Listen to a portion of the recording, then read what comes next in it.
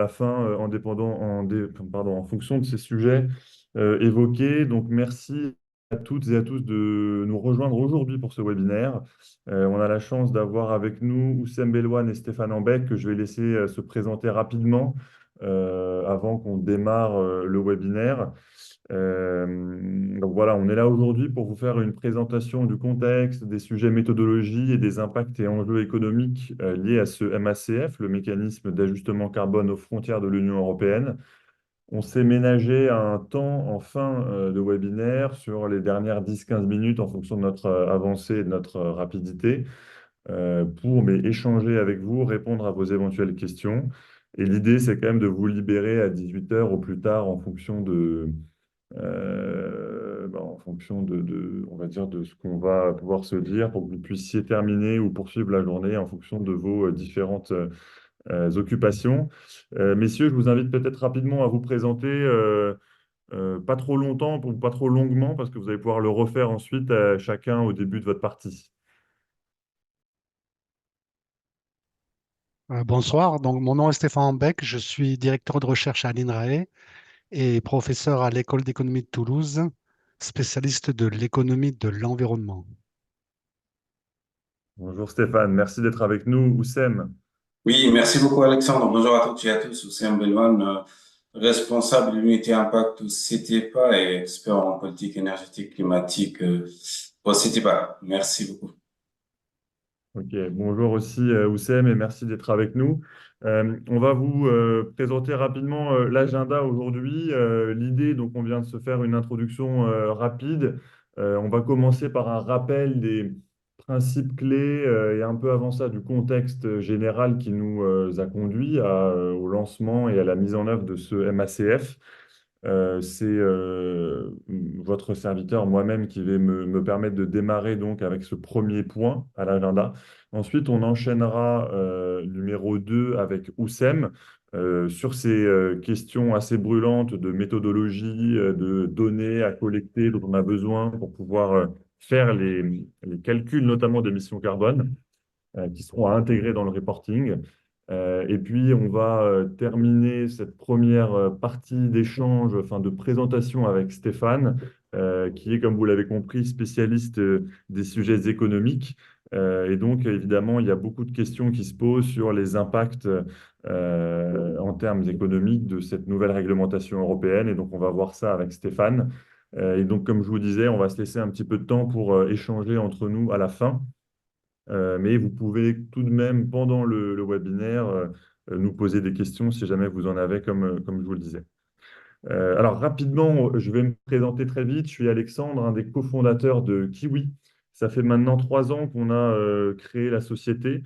Et en fait, on est, en quelques mots, nous, une solution de gestion des devises et des paiements internationaux destinée aux entreprises. Alors, jusqu'à présent, c'est quelque chose d'assez classique en termes de services et de solutions.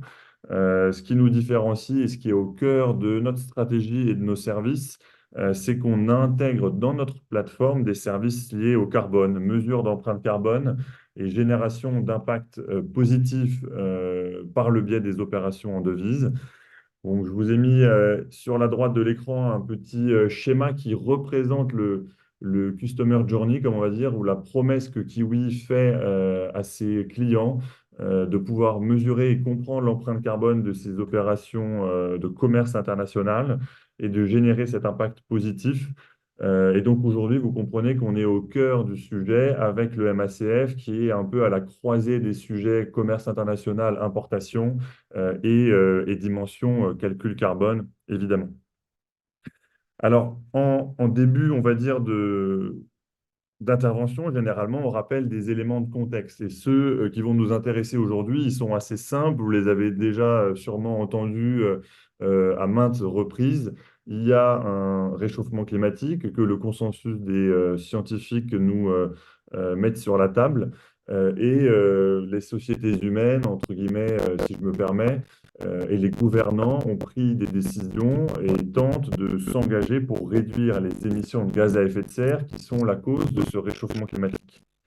Et donc, ça se traduit par des choses assez concrètes, notamment les accords de Paris qui ont été signés à l'occasion de la COP 21. La COP, si vous les connaissez, c'est ces grandes réunions sous l'égide de l'ONU qui rassemblent tous les pays du monde qui permettent de donner un cadre de discussion autour des enjeux climatiques. Et en 2015, à Paris, on a décidé de s'engager pour notamment viser la neutralité carbone, c'est-à-dire arrêter d'augmenter les émissions de gaz à effet de serre qui continuent d'accentuer le réchauffement climatique. Je vous mets un focus sur le sujet européen, parce que nous, on se concentre aujourd'hui en ce qui concerne le MACF sur les régulations européennes. Au niveau européen, il y a une engagement qui, à l'échelle mondiale, notamment centralisé par différents politiques. Vous avez un exemple assez, on va dire, assez illustratif avec notamment ce qu'on appelle le paquet Fit for 55 et par un ensemble de mesures qui a été décidé ces dernières années pour engager l'Union européenne sur la trajectoire de réduction des émissions.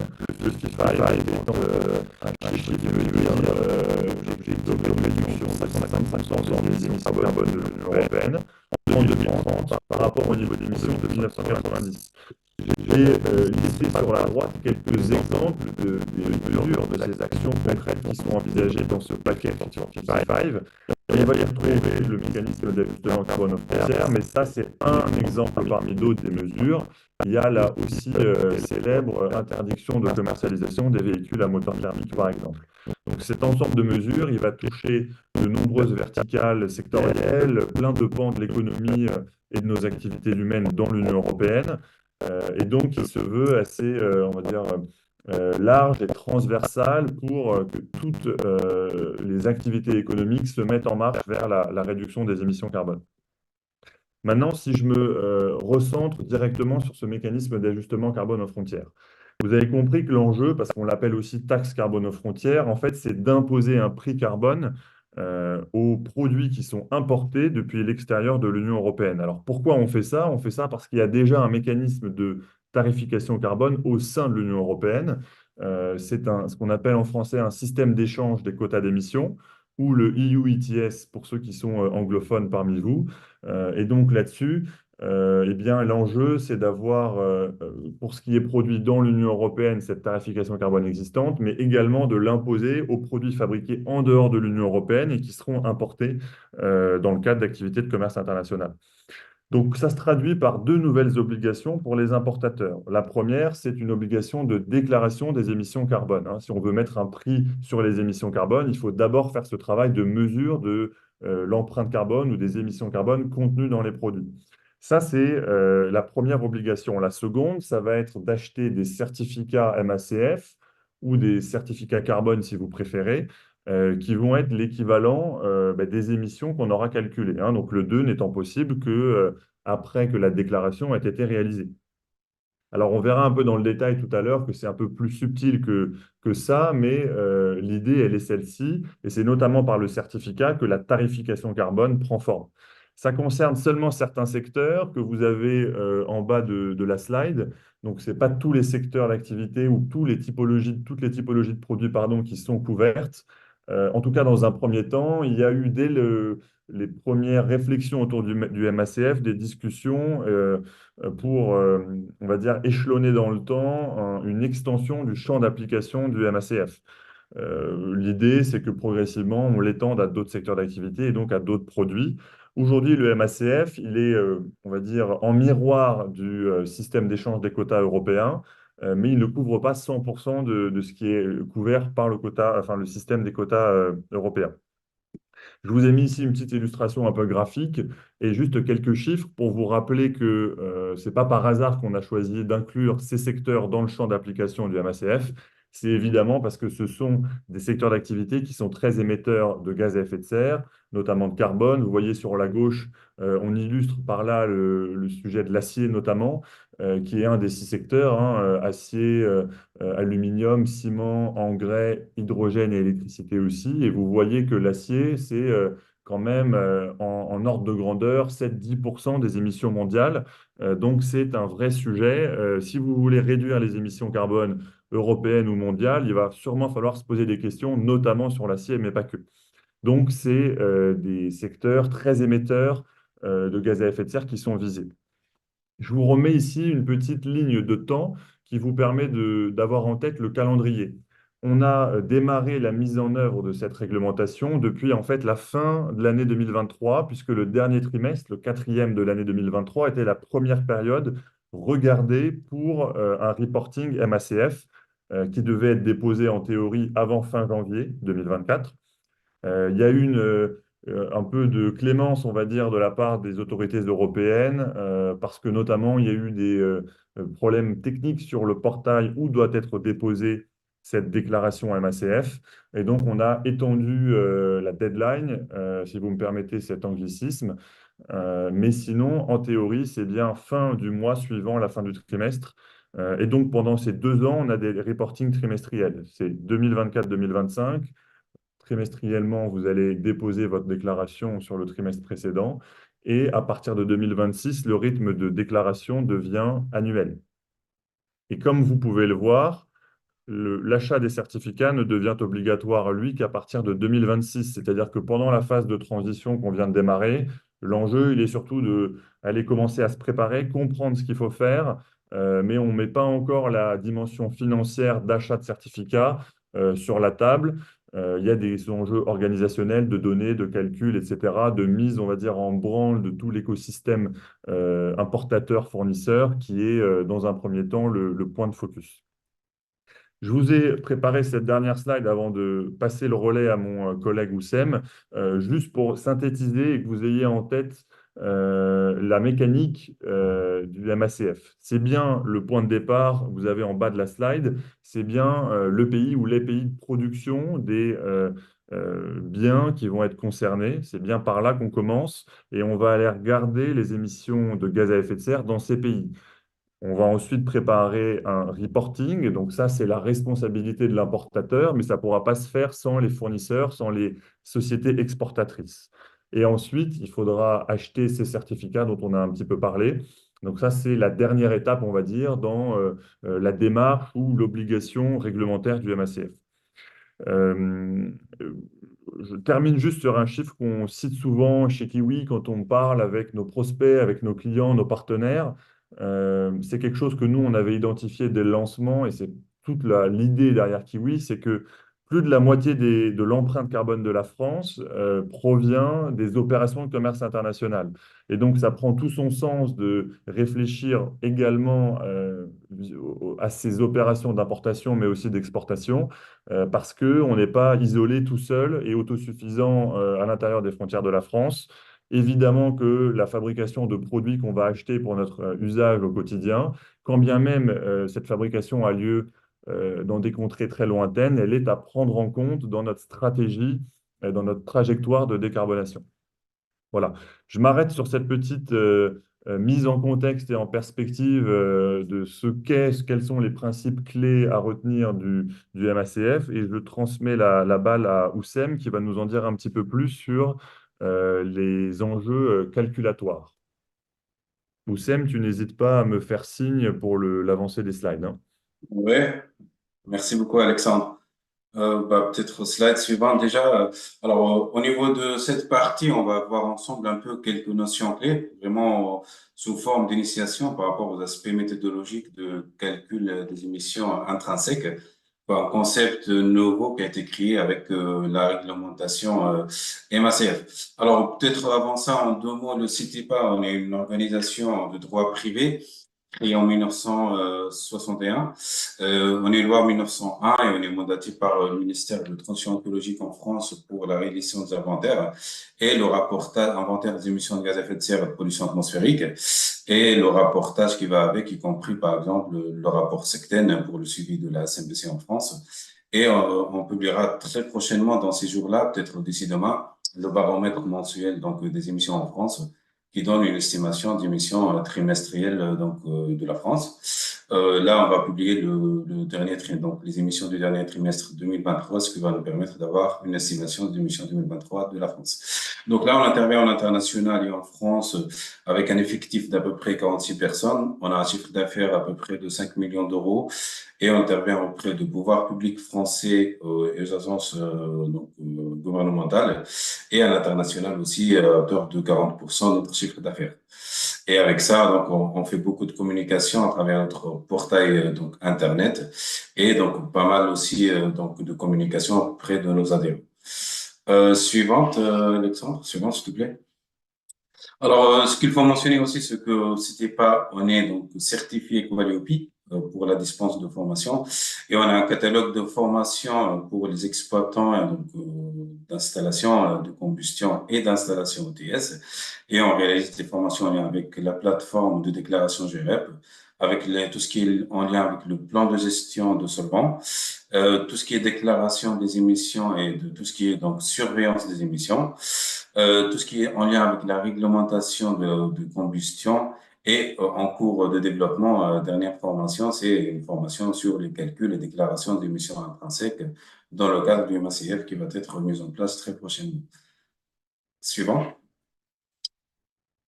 Alors, un point très important qui revient souvent par rapport à la couverture des émissions dans le MACF.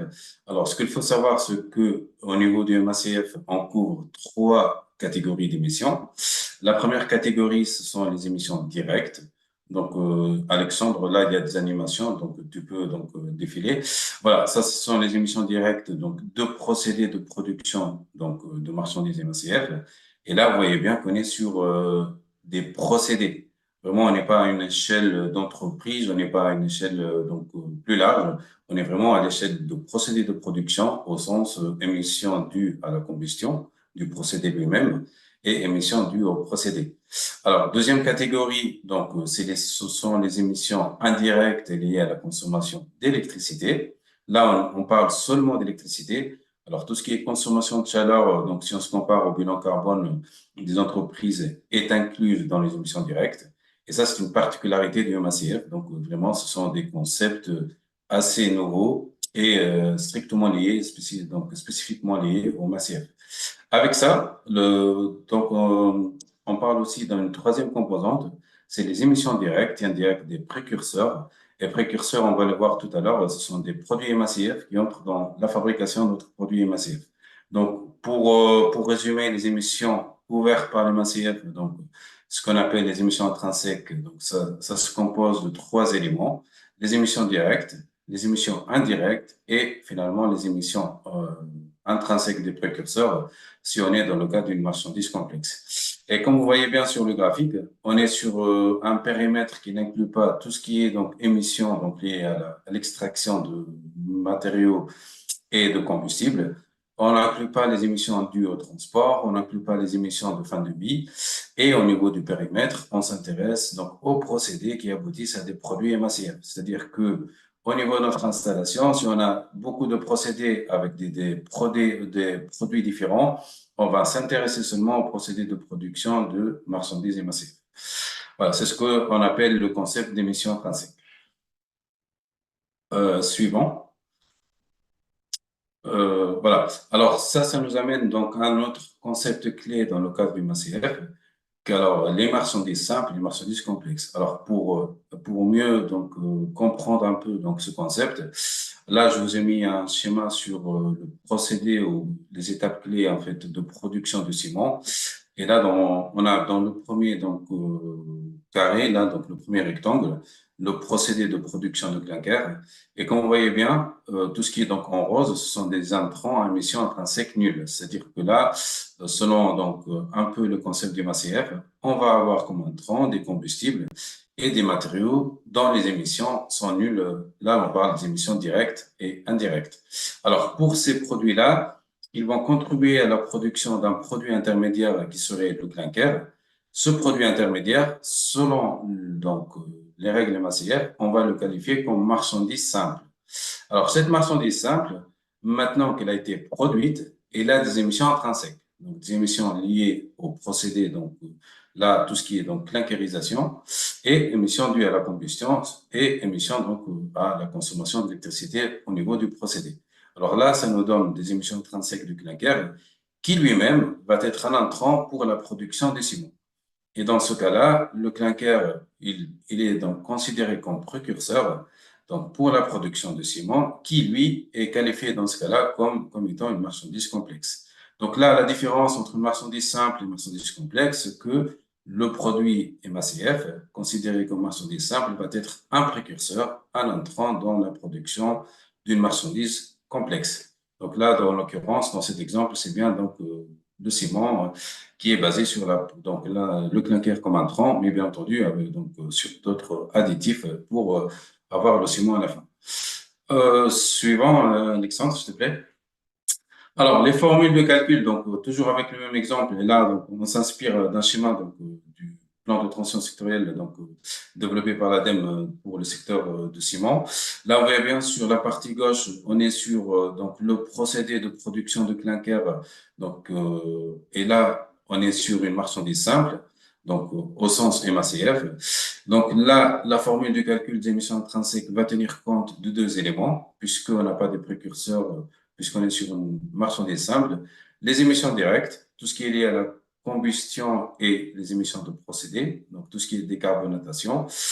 Et donc, pour aboutir à des émissions intrinsèques, on va venir donc diviser ces émissions directes et indirectes par le niveau d'activité, c'est-à-dire la quantité de clinker produite sur la période de référence. C'est-à-dire la période de référence, c'est la période de surveillance donc, des émissions au niveau de l'installation. Alors, ce même clinker, maintenant, il va devenir un entrant avec gypse et produit d'addition pour la production de ciment. Et dans ce cas-là, il va devenir donc un précurseur. Et pour calculer donc les émissions intrinsèques de ciment, on va venir donc tenir compte des émissions directes et indirectes pour la partie à droite, donc tout ce qui est donc après le clinker, les étapes après clinker. Et là, ça va être des émissions donc liées à la consommation d'électricité et liées à la combustion. Et avec ça, on va venir tenir compte des émissions intrinsèques à tous les précurseurs utilisés. C'est-à-dire que si on a utilisé par exemple 3 types différents de clinker, et ben dans ce cas-là, on va tenir compte des émissions intrinsèques de ces 3 types de clinker. Alors, une fois qu'on a calculé les émissions donc, dues aux émissions directes et indirectes et les émissions précurseurs, on va venir diviser ces émissions par la quantité de ciment produite pendant la période de référence, ce qui va nous donner un peu les émissions intrinsèques spécifiques de ciment. Donc, et là, donc, c'est vraiment ces valeurs-là qui vont être utilisées dans les déclarations donc, à faire par les importateurs MACF. Alors, ce qu'il faut retenir, selon le MACF, il y a 2 types de produits. Il y a les produits simples, il y a les produits complexes, et les formules donc, de calcul vont différer selon le cas. Deuxième élément à retenir, c'est que dans le cas de précurseurs, il faut bien en tenir compte dans la formule de calcul de marchandises complexes pour le calcul de ces émissions intrinsèques. Suivant, peut-être Alexandre. Merci. Alors, là, en termes de déclaration, donc, Alexandre vous a présenté tout à l'heure le calendrier. Là, on est à peu près sur donc, 11, donc là, 1, 2, 3, 4, 5, 6, 7, 8, 9 rapports MACF à soumettre d'ici la fin de la période transitoire. Et au niveau de chaque rapport, si on prend l'exemple du rapport du 31 janvier 2025, on doit rapporter 2 éléments clés, entre autres, la quantité de marchandises importées entre 1er octobre 2024 et 31 décembre 2024. Donc là, c'est vraiment tout ce qui a été importé. Et importé, c'est au sens d'un produit pour lequel une déclaration de douane a été faite et donc un produit donc, qui a été mis sur le marché. Alors, ça, c'est la quantité de marchandises, mais par contre, avec ça, il faut déclarer les émissions intrinsèques spécifiques de cette marchandise donc G qui provient d'une installation 1 dans un pays P. Alors, ces émissions intrinsèques spécifiques, justement, alors, ils doivent être surveillés normalement sur la période de 12 mois. Ça veut dire que là, si on déclare en 31 janvier 2025 les importations du dernier trimestre 2024, eh ben, les émissions intrinsèques doivent être surveillées normalement sur l'année 2024, sur toute l'année 2024, soit entre 1er janvier 2024 et fin décembre 2024, et on va venir diviser ces émissions intrinsèques par la quantité de marchandises donc G qui a été produite dans l'installation sur la même période de référence. Donc là, donc, on divise vraiment sur donc, la quantité qui a été produite sur la même période de référence qui a été appliquée pour la surveillance des émissions pour avoir à la fin des émissions intrinsèques spécifiques relatives à cette marchandise G. Alors, ces émissions intrinsèques sont à calculer pour cette marchandise, donc, selon le nombre d'installations. Si on a importé auprès de 5 fournisseurs et donc 5 installations dans le pays tiers, ça veut dire que il faut introduire des émissions intrinsèques des 5 installations dans notre rapport de déclaration. Voilà, c'est juste pour expliquer cette nuance par rapport à la période considérée en termes de surveillance des émissions et en termes de production de marchandises dans le rapport de déclaration. Merci. Suivant, Alexandre, s'il te plaît. Alors, juste une comparaison rapide aussi par rapport à la couverture d'émissions de l'approche empreinte carbone des produits. Alors, dans le massif, vous voyez bien qu'on est sur un périmètre donc plus étroit que l'empreinte carbone produit, dans le sens où on tient compte seulement donc des émissions liées aux précurseurs, aux émissions directes de l'installation, aux émissions directes liées à la consommation d'électricité. Donc, en quelque sorte, un peu les émissions dues à la production d'électricité, donc en dehors de l'installation. Alors, ceci veut dire que finalement, tout ce qui est donc en amont de la chaîne de valeur du produit en termes de extraction, transport de matières premières, en l'occurrence les précurseurs ou les combustibles, on n'en tient pas compte.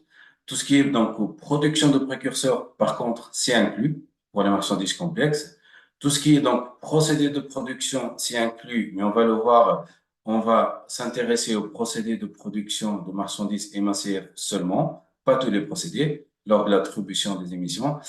Tout ce qui est utilisation du produit, ça n'entre pas en compte dans les émissions intrinsèques spécifiques.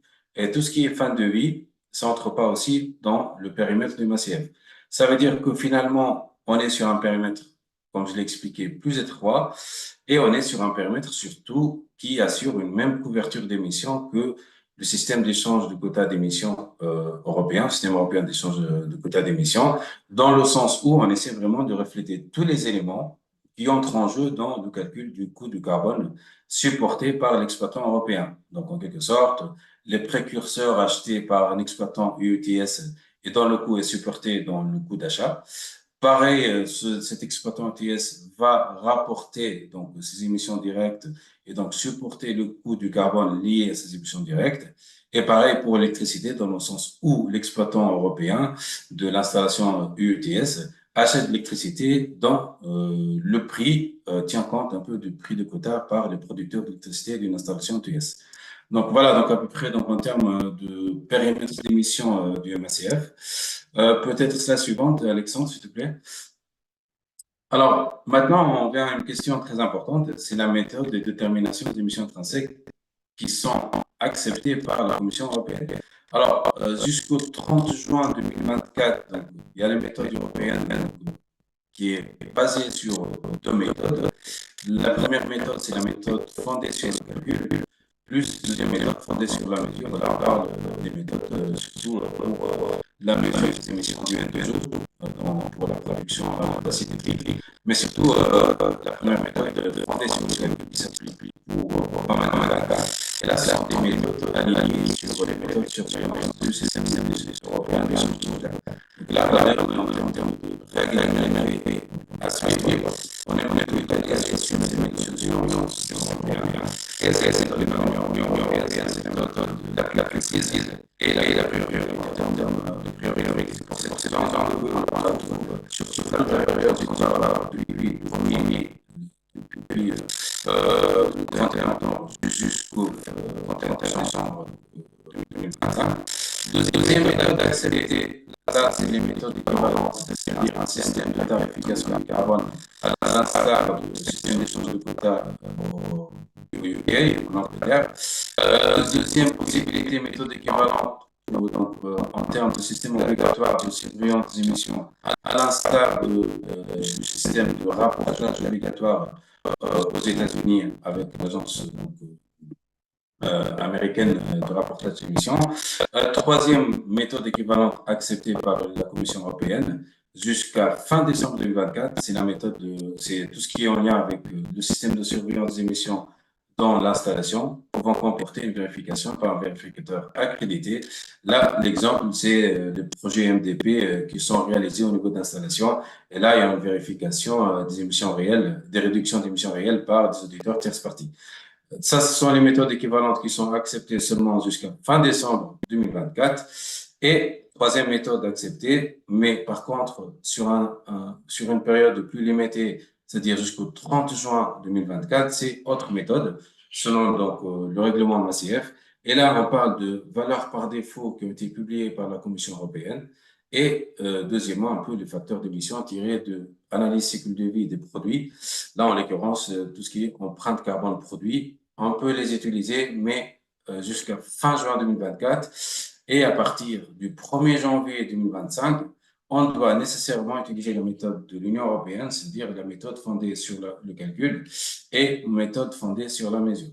Alors, ce qu'il faut savoir aussi, Alexandre l'a bien introduit tout à l'heure, eh ben, si on ne rapporte pas des données primaires, c'est-à-dire des données relatives à, à la méthode européenne, eh ben, il y aura des pénalités allant de 10 euros, 10 jusqu'à 50 euros par tonne équivalent CO2.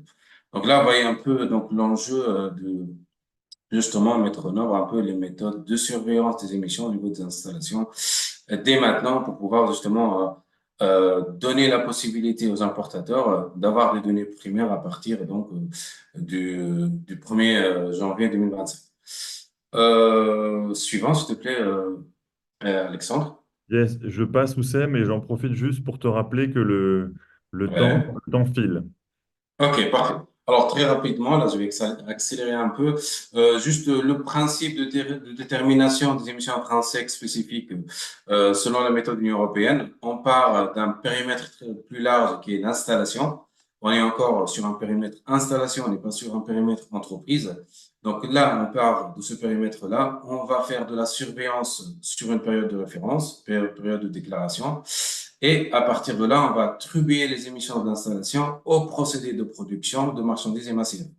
Et ceci, après avoir ça, on va tenir compte de la marchandise produite sur la période de déclaration, donc sur la période de référence, l'année calendaire, et on va calculer donc en conséquence les émissions intrinsèques spécifiques.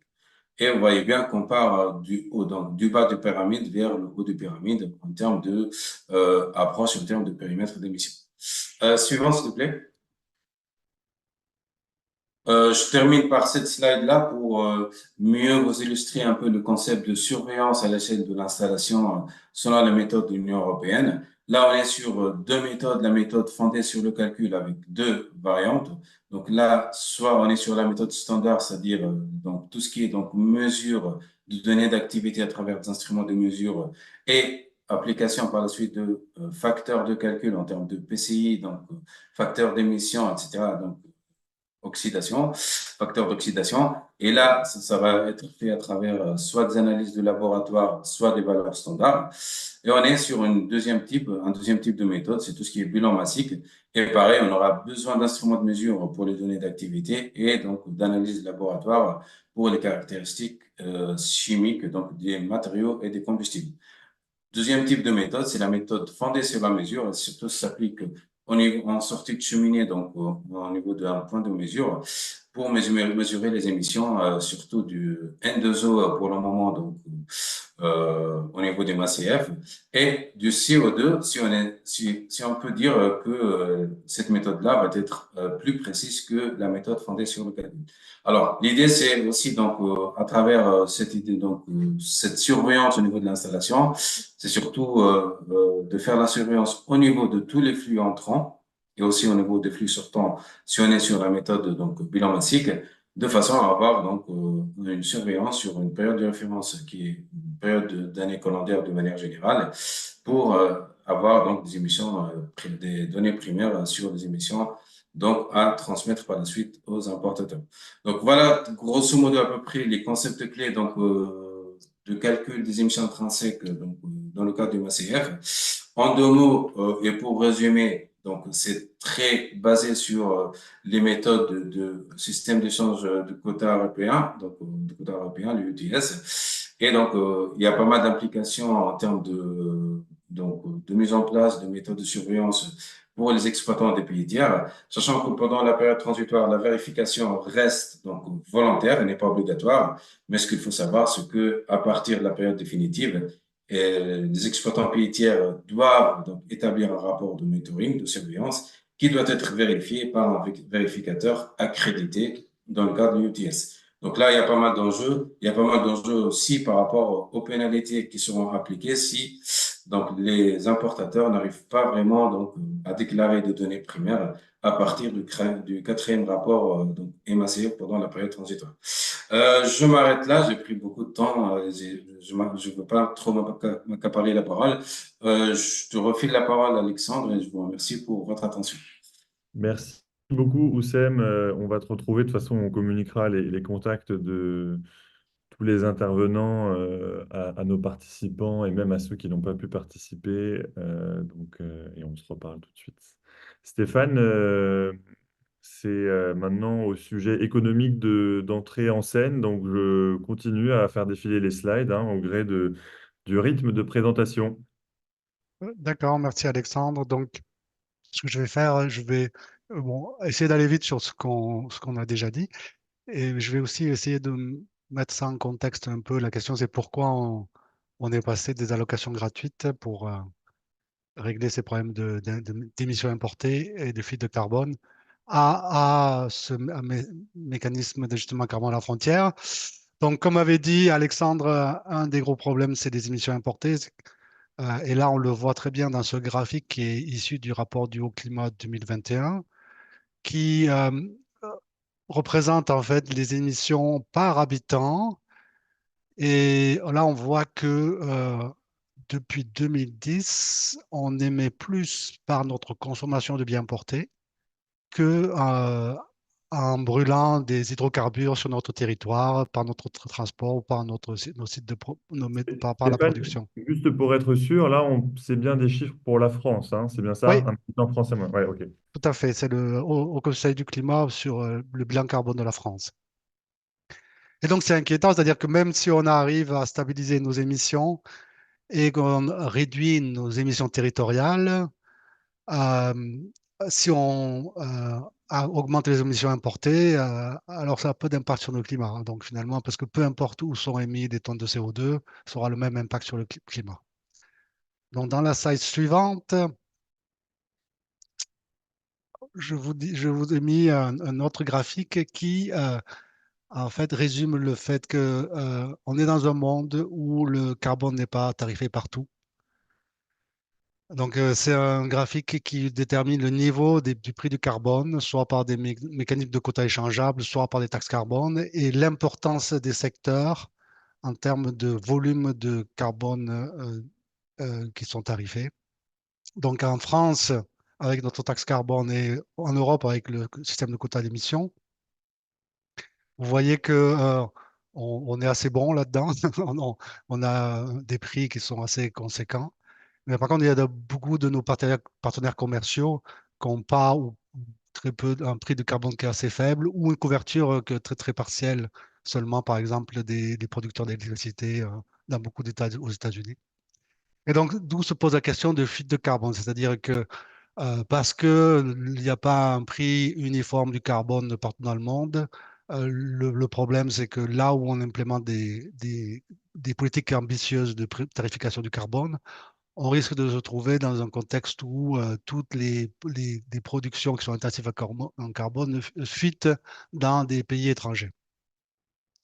Donc, pour résumer, dans la prochaine slide, donc, ce qu'on appelle les fuites de carbone, c'est le fait qu'on importe des produits qui sont moins chers parce qu'il n'y a pas de tarification de carbone dans les pays partenaires et que les entreprises se délocalisent dans ces pays partenaires. Donc, c'est une perte économique, une perte de compétitivité qui a un impact sur l'économie, mais c'est aussi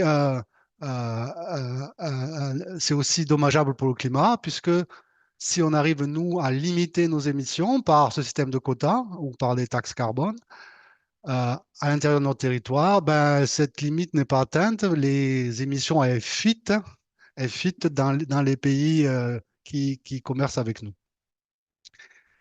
Donc, pour pallier à ce problème de fuite et surtout à ce problème de perte de compétitivité, il y avait cette idée jusqu'à présent, la façon dont on a fait ça en Europe, c'est avoir des quotas gratuits. Donc, au lieu de les vendre aux entreprises, aux sites de production, les entreprises sont soit électro-intensives, soit exposées à la concurrence internationale, donc avec beaucoup d'importations et d'exportations. Dans les secteurs où il y a beaucoup d'échanges, ces entreprises avaient des quotas gratuits jusqu'à présent.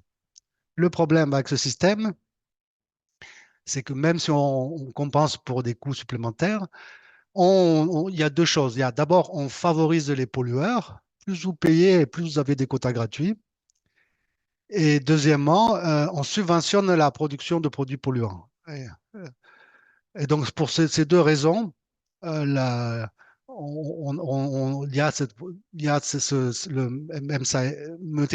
MCAF qui va remplacer les quotas, les allocations gratuites. Donc là, c'est un extrait d'un article du Monde que je vous ai mis là, qui en fait qui discute de ce problème de subvention aux pollueurs. Donc on s'est aperçu que pendant certaines phases des mécanismes de quotas échangeables, on a eu une accumulation des allocations gratuites par les cimenteries, les aciéries. Donc les secteurs, les entreprises des secteurs qui sont cibles du même CAF. Et donc ça posait problème parce qu'on subventionne ces industries polluantes. Donc dans la slide suivante, où je vous ai présenté des calculs que l'on a fait où on a calculé le ratio entre la quantité d'allocations gratuites que recevaient les entreprises et ce que les entreprises ont effectivement émis. Et donc, dans les années 2010, des entreprises dans ces secteurs-là émettaient 2 fois moins ou 1,50% moins que la quantité d'allocations gratuites dont ils avaient droit. Et donc, typiquement, en vendant ces allocations gratuites dont ils n'ont pas l'utilité, les entreprises sont subventionnées, reçoivent un bénéfice. Donc, c'est ça le problème qui a fait qu'on a introduit ce MCAF. Stéphane, c'est vrai que de mémoire, à l'époque, c'était dans une autre vie, plus actif sur les marchés financiers moi-même, et on avait des collègues qui travaillaient sur ce marché carbone, sur les quotas d'émissions. Et c'est vrai que le prix du quota européen était horriblement bas à cause du surplus qu'on vient de décrire, hein. Et donc, Voilà. on a dû Donc, réagir côté autorité européenne. d'accord. Voilà, c'est ça exactement. Ce qui a fait aussi qu'on a introduit le mécanisme de stabilité, qui est un système qui, sous la base de ces quotas qui n'ont pas été utilisés, qui sont stockés par les entreprises, ont décidé de réduire le nombre de quotas. Donc ça, c'était un problème parce que, en fait, si le prix des quotas baisse, alors on n'a pas les incitations à décarboner. Donc ça, c'était aussi un problème de ce surplus de quotas qu'on a observé dans les années 2010. Donc, dans la slide suivante, donc, je résume les détails de ce MCAF. Donc, on a abordé un certain nombre de points. Un point qu'on n'a pas abordé, c'est le fait que, donc, une fois que vous aurez reporté les émissions de les tonnes d'acier importées, par exemple, ce qui va être tarifé, c'est la différence de prix. La différence de prix entre le carbone le prix du carbone dans le pays d'origine et en Europe. Et ça, c'est pas facile à mesurer, et surtout parce que les règles du marché ne sont pas les mêmes dans les pays qui tarifient le carbone. Donc ça va être aussi quelque chose qu'il va falloir que la Commission détermine. Il y a aussi le fait que le retrait des allocations gratuites et la mise en place du même CAF va se faire de façon progressive. Donc, on va réduire les allocations gratuites et donc, du coup, le MCAF va s'appliquer que sur la part des allocations qui sont payantes, qui sont encore. Donc, ça aussi, ça va complexifier la mise en place du MCAF.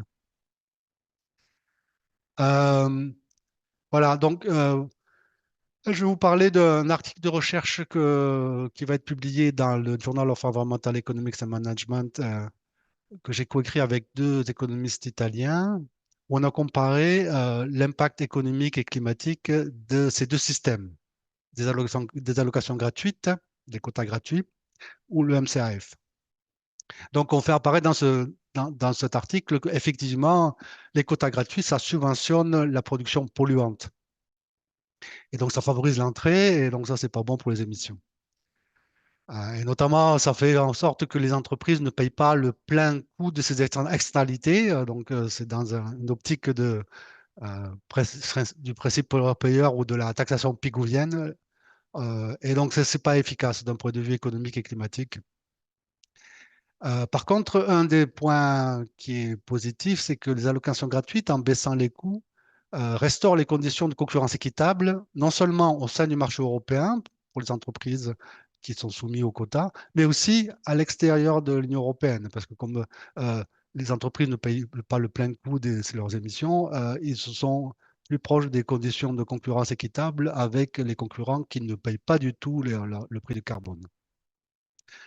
Maintenant, le MCAF, lui, respecte le principe pollueur-payeur et ne favorise pas les industries les plus polluantes en les subventionnant. Il restaure les conditions équitables de concurrence au sein du marché européen. Pourquoi? Parce que en payant à la frontière la tonne de le carbone qui est dans la tonne d'acier, enfin la quantité de carbone qui est dans l'empreinte carbone de l'acier, eh bien, on restaure les mêmes conditions de coût. Les entreprises européennes ont les mêmes conditions ont le même coût que pour les importations. Mais par contre, les conditions ne sont pas équitables à l'extérieur de l'Union européenne. L'exportateur, l'entreprise qui exporte en Chine, à partir de l'Union européenne, devra payer le prix du carbone, mais par contre, l'aciérie chinoise sur le marché chinois, qui vend de l'acier sur le marché chinois, ne paiera pas le prix de ses émissions. Et donc, ce qu'on met en avant dans cet article, c'est que le MCAF, lui, ne permet pas de rétablir des conditions de concurrence équitables à l'extérieur de l'Union européenne, ce qui était le cas des quotas gratuits. Et donc, notre papier plaide pour subventionner les exportations ou rétablir, par exemple, c'est un amendement qui avait été voté au Parlement européen. C'était l'idée de conserver des allocations gratuites sur la part de la production qui est exportée. De cette manière, les entreprises européennes et chinoises, lorsqu'elles vendent sur un marché extérieur, en Chine par exemple, seraient sur le même pied d'égalité quant à la tarification de leurs émissions. Euh, il s'avère que la Commission n'a pas gardé cet amendement par crainte que cet amendement ne soit pas compatible avec les règles de l'OMC. Donc, ça n'a pas été conservé dans le MCAF. Par contre, ce qu'on montre aussi, c'est que le MCAF permet non seulement de décarboner la production au sein de l'Union européenne, mais permet aussi, s'il y a des subventions à l'exportation, d'exporter la décarbonation. Et un des aspects qui est pas, un des impacts importants de ce mécanisme, c'est de pouvoir justement décarboner la production à l'extérieur de l'Union européenne, soit par remplaçant de l'acier chinois par l'acier européen, mais aussi en incitant les Chinois, par exemple, ou enfin je dis les Chinois, mais tous les pays qui commercent avec l'Union européenne, soit de mettre en place une tarification du carbone. Ça, c'est l'idée que grâce à cette tarification grâce au fait qu'on va faire payer la différence de prix, le MCAF incite les pays partenaires à mettre en place une tarification du carbone, euh, soit parce qu'on on exporte des produits décarbonés chez eux. Slide suivante. Voilà, donc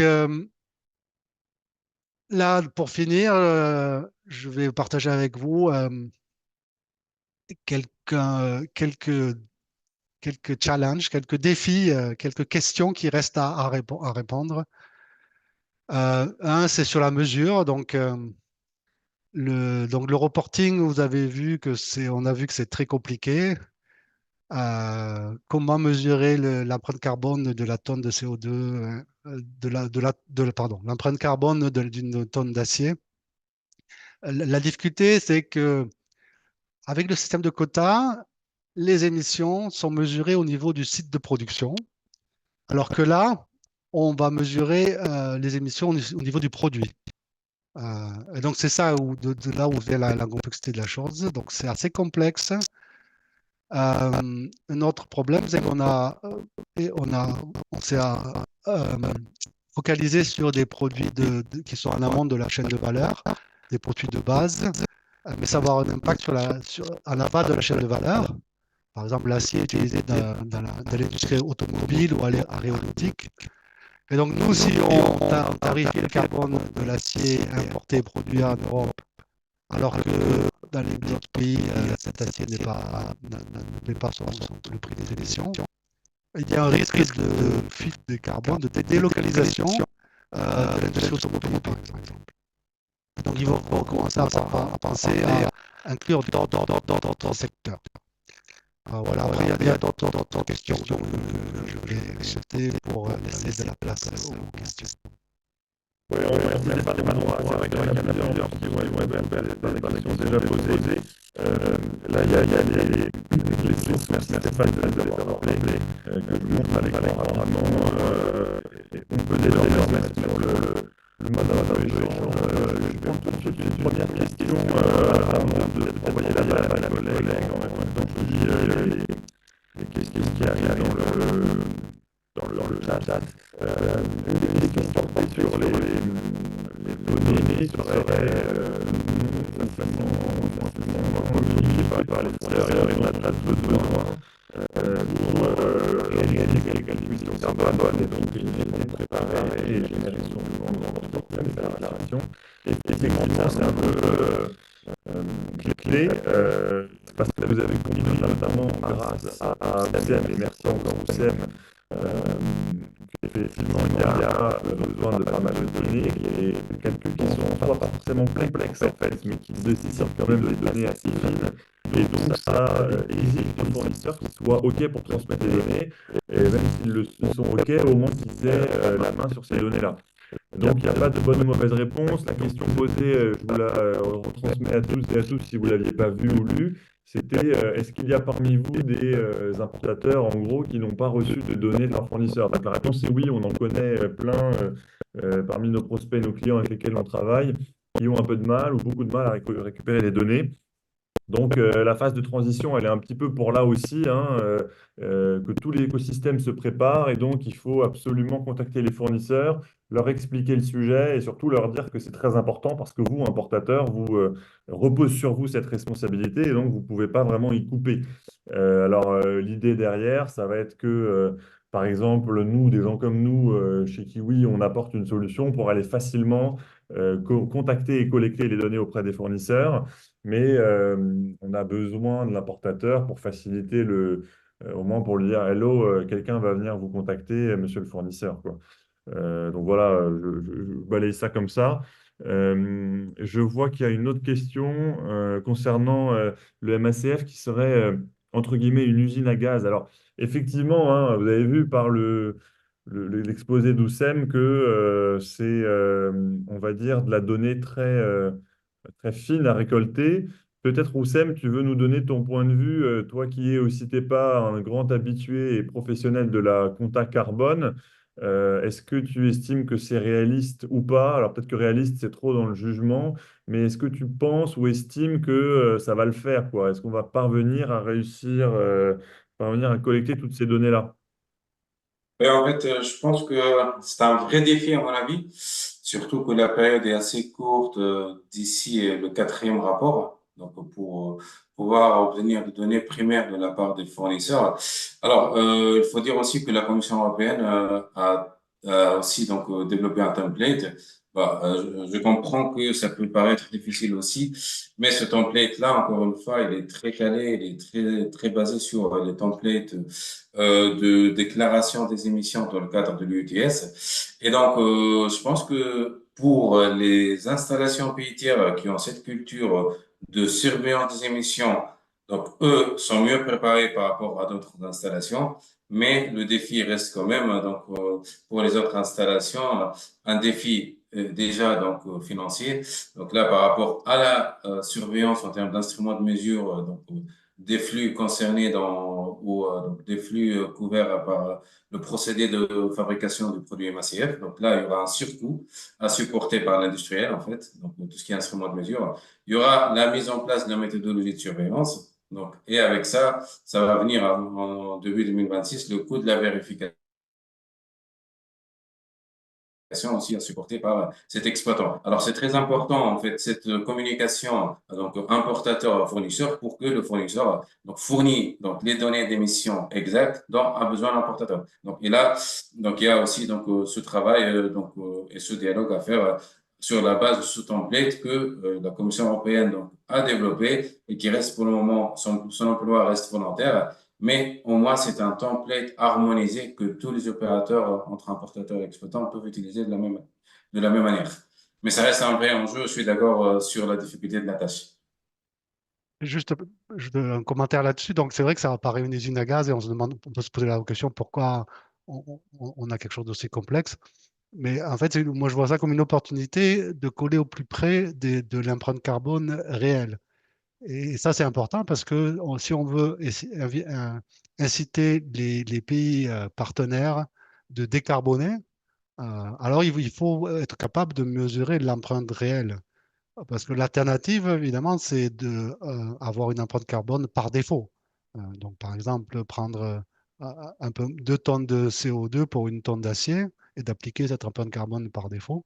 Mais si on fait ça, évidemment, il n'y a aucune incitation à décarboner la production en Chine, ou enfin dans le pays partenaire, puisque ça n'aura aucun impact sur sur le montant payé. Oui, merci messieurs pour vos compléments très utiles.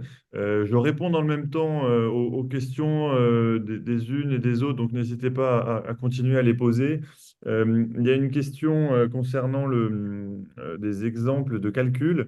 Alors on pourra se parler après comment dire, après le webinaire. Je pense que et Oussem et moi-même, on a beaucoup d'exemples de choses à vous montrer. Donc là-dessus, il y a aucun problème.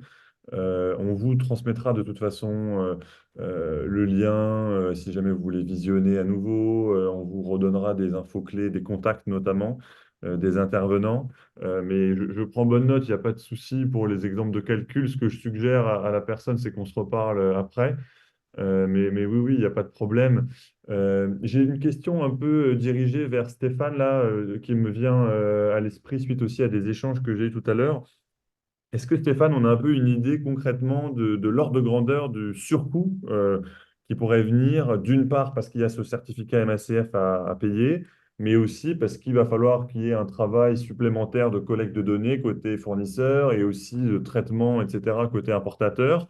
Est-ce qu'on sait un peu apprécier l'impact financier direct ou un peu plus diffus que ça peut avoir quoi, en termes d'inflation sur ces produits-là, quoi? Et donc sur les chaînes de valeur des secteurs couverts. Donc, je n'ai pas les chiffres en tête, mais effectivement, il y a des études, des modèles calculables d'équipe générale pour tout dire, qui ont calculé l'impact sur les importations, les exportations et les prix des produits, et qui pourraient être substantiels bah, pour ces produits qui sont très carbonés. Par contre, pour le coût du reporting de la mesure, là, il n'y a rien, il n'y a pas de travaux. Ceci dit, il y a maintenant une obligation des grandes entreprises qui soient ou non sujettes au système des quotas échangeables européens de reporter leurs émissions de gaz à effet de serre. Et donc c'est une tendance générale. Donc là, le reporting se fait sur les produits importés, mais les grandes entreprises maintenant ont l'obligation de reporter les émissions de leur processus de production dans tous les secteurs. Ouais, ouais, merci Stéphane, c'est très clair.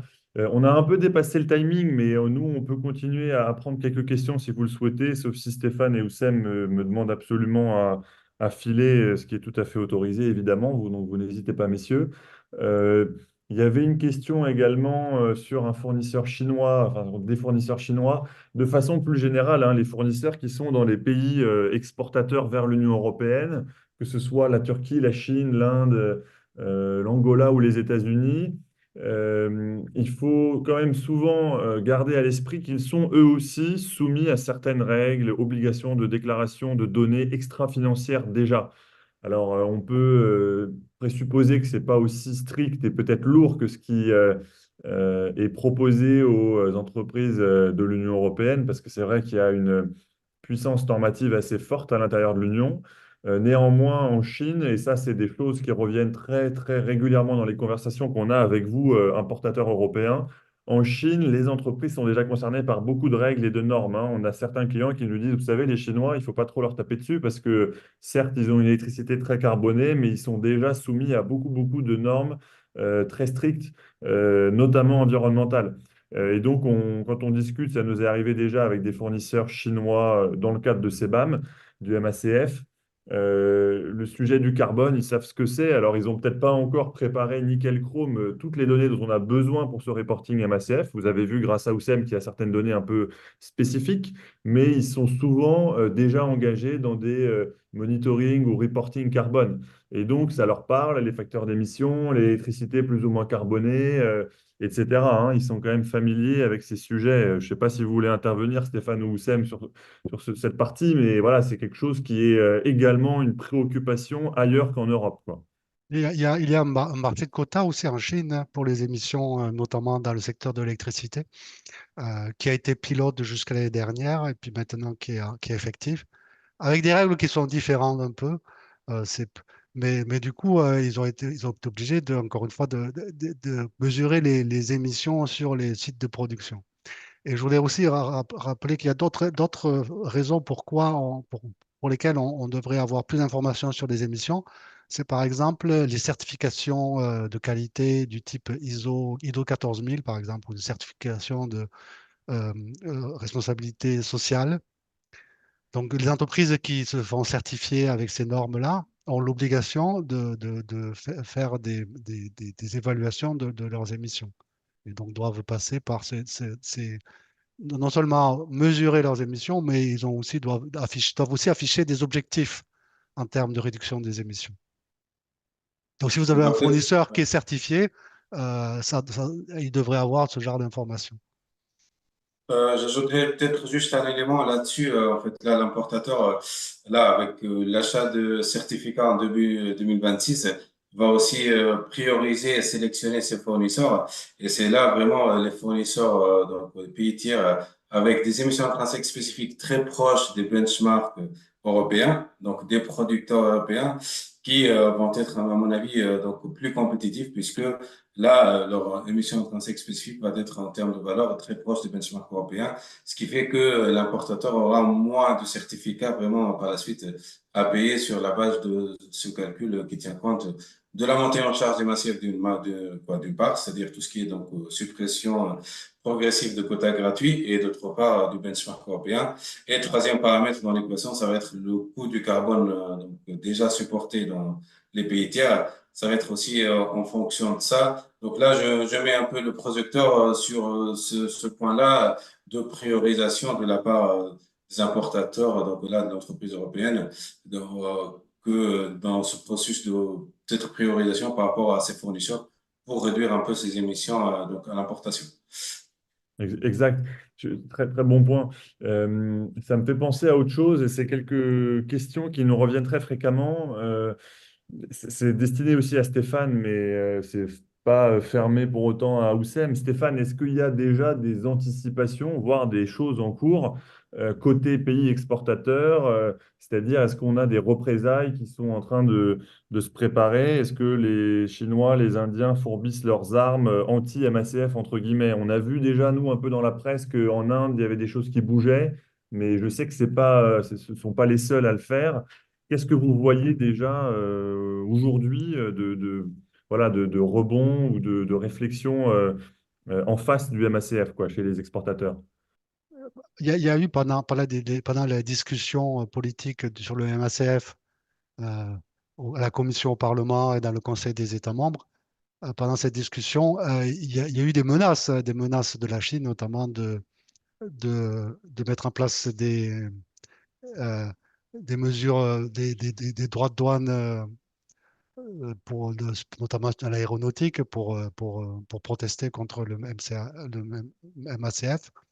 Et la question qui va se poser, c'est jusqu'à quel point ça sera compatible avec les règles de l'OMC et jusqu'à quel point les pays vont s'appuyer sur l'OMC pour mettre en place des mesures comment dire, retaliation, des mesures Et de représailles, de ouais. représailles. Voilà.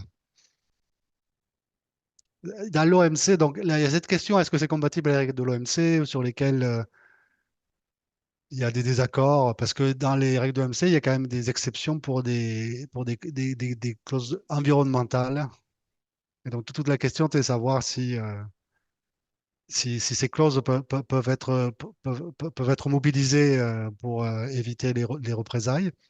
Euh, donc ça a été un des soucis de la Commission, et c'est pour ça, comme je l'ai dit, que les subventions aux exportations, donc dans les allocations gratuites, les quotas gratuits n'ont pas été gardés pour les exportations. Euh, mais c'est quelque chose qu'il va falloir suivre de près. Euh, C'est vrai que ma question, elle était aussi, elle visait un peu les Américains ou les États-Unis plutôt, parce qu'on se souvient que sous la présidence Trump, il y a eu beaucoup de mesures commerciales sur l'aluminium, sur d'autres produits, où on avait vu une augmentation assez drastique de droits de douane ou de barrières douanières. Voilà, côté américain, est-ce que on sent un peu que ça frémit? Est-ce que ça fait déjà peut-être partie de la campagne même présidentielle? On sait qu'il est friand, Monsieur Trump, de thématiques comme ça commerciales. Est-ce qu'il s'est dit, bon, nos copains européens, ils nous embêtent, au-delà du budget de l'OTAN auquel ils contribuent pas assez, en plus, ils nous mettent des taxes carbone dans tous les sens. Enfin, voilà, est-ce que ça a un peu bougé de ce côté-là, par exemple? alors les Américains sont peut-être moins bien placés pour prendre des mesures de représailles du fait qu'ils ont mis en place l'Inflation Reduction Act, qui consiste à subventionner massivement les entreprises, les secteurs carbonés. Et donc, encore une fois, c'est pas très compatible avec les règles de l'OMC. Euh, bon, ben là, une des limites dont vous avez mis le doigt, c'est qu'effectivement, on ne suit pas trop les règles de l'OMC depuis l'ère Trump. Donc, c'est pas clair que les règles de l'OMC vont dicter le choix des droits de douane dans l'avenir. Ouais, ouais, ouais, très clair. OK. Euh, Messieurs, est-ce que vous voulez ajouter quelque chose? Bon, on a pris largement le temps là de tacler quelques réponses, enfin quelques questions plutôt. Voilà, je vous invite peut-être, si vous souhaitez, à nous transmettre un dernier mot, une conclusion si besoin. Et puis ensuite, on pourra remercier chaleureusement nos participants et voilà, et leur rappeler qu'on leur communiquera un lien pour visionner s'ils le souhaitent à nouveau ou le partager avec certaines de leurs connaissances. Et puis, on rappellera les contacts évidemment des intervenants et surtout, on est bien entendu disponible pour échanger sur ces sujets avec vous. Donc voilà, messieurs, si vous souhaitez, je vous invite à nous donner un dernier mot peut-être. Oui, Euh, bah, c'est juste Vas-y. en deux mots.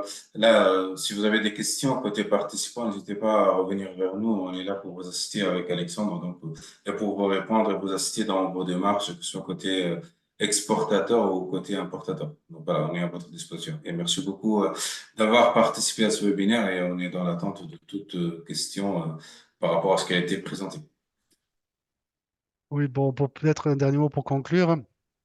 Donc, je vois dans le webinaire, on voit clairement que pour vous, les industriels et les importateurs, c'est une, une tâche administrative complexe supplémentaire.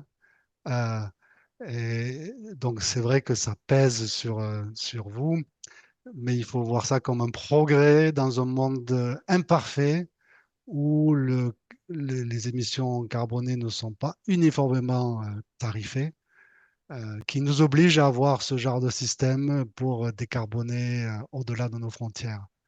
Et on peut espérer que, avec le temps, plus de pays vont mettre en place une tarification du carbone et donc que les fuites de carbone et tout ce système de MCAF va plus ou moins être obsolète peut-être dans les années qui viennent. Merci Stéphane et Oussem pour ces mots complémentaires. Donc encore une fois, je réitère nos propositions, notamment à Oussem et moi, mais on sera aussi preneur et on va essayer de voir si on ne peut pas grouper ça dans notre mail de suivi avec toutes les infos, les liens, etc., pour qu'on continue les échanges. On pourra peut-être rappeler Stéphane l'article à paraître et la référence si on veut se le procurer, parce que je pense que c'est des sujets qui sont très, très recherchés par les importateurs qui sont concernés. Donc merci encore une fois et puis à très bientôt. N'hésitez pas surtout à revenir vers nous. On va déjà le faire de notre côté, bien évidemment, mais vous avez maintenant nos noms, prénoms et sûrement tous nos contacts très vite. Donc on est à votre disposition pour répondre à toute question. Donc merci encore pour votre attention, votre participation active, notamment pendant ces échanges de questions-réponses.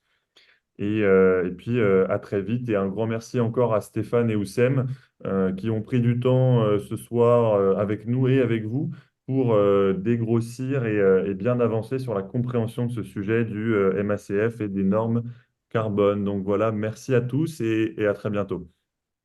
À Merci, au très revoir. bientôt. Au revoir. Au plaisir.